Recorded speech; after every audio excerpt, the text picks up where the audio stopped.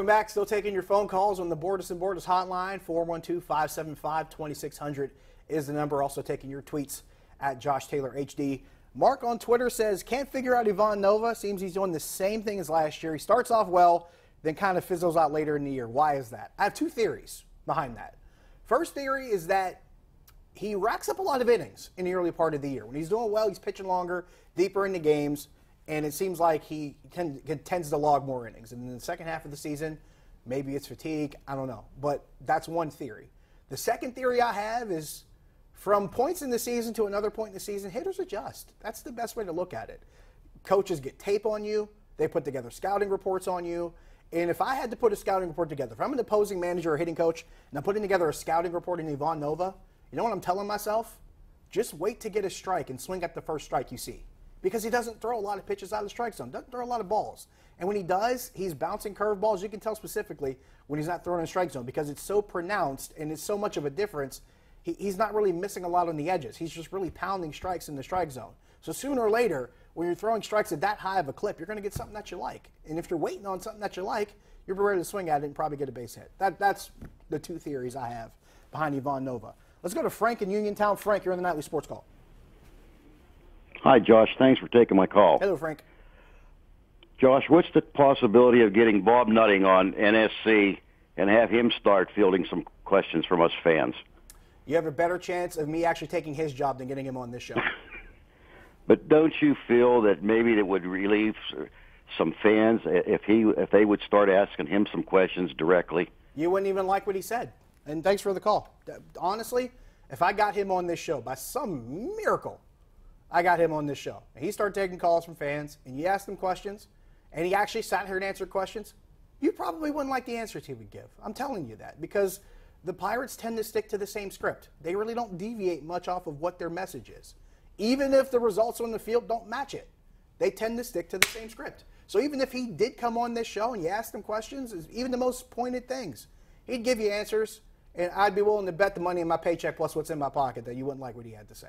That's the best way to go about that. Let's go to Larry. Larry, you're on the Nightly Sports Call. Yes, I guess everyone else is complaining about the Pirates, but jump on in. I watch them every night on TV, and it was very depressing tonight. They played like little leaguers in my book, not running the bases, not running fly balls.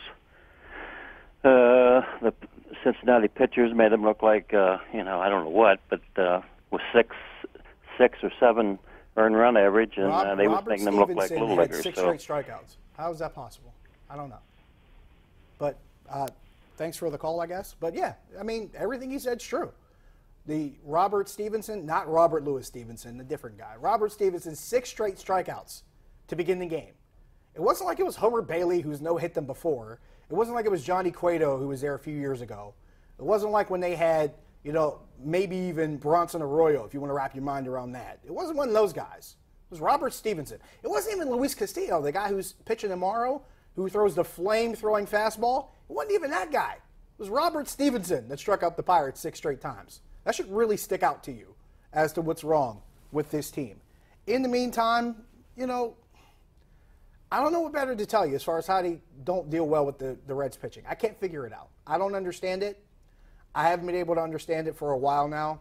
It's almost as hard to figure out why it seems like the Reds hitters always seem to succeed. Like they never really seem to adjust. The Pirates pitchers do. They go to Cincinnati and get knocked around every time. Now, granted, many a good pitcher has gone to Cincinnati and got knocked around, but not with the frequency that Pirates pitchers have. It's actually very unnerving. Let's go to Lou in Newcastle. Lou, you're on the Nightly Sports Call. Hey, how you doing, Josh? Good. How are you?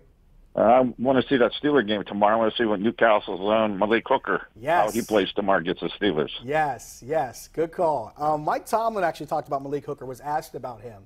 And Mike Tomlin talked about how he went to Malik Hooker's pro day and saw him work out and really liked his game, really liked his ability, really thinks he's going to be a good player in the league.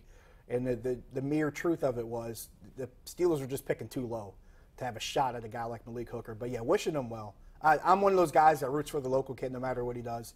So really looking forward to seeing Malik Hooker get on the field at Heinz Field and show what he could do with the Colts. So definitely shout out to him. Let's go to Bob in Fort City before we take a break. Bob, you're on the Nightly Sports Call. Hi, Josh. Good to talk to you again. Likewise.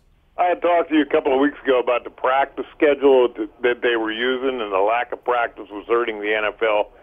Today I had Jeff Foxworthy or whatever, the one guy, and Dominic Foxworthy and Jeff Saturday were talking about how they negotiated the new players agreement.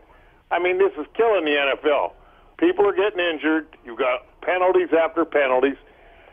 Maybe the older guys like a Ben Roethlisberger or Antonio Brown don't need to practice all the time.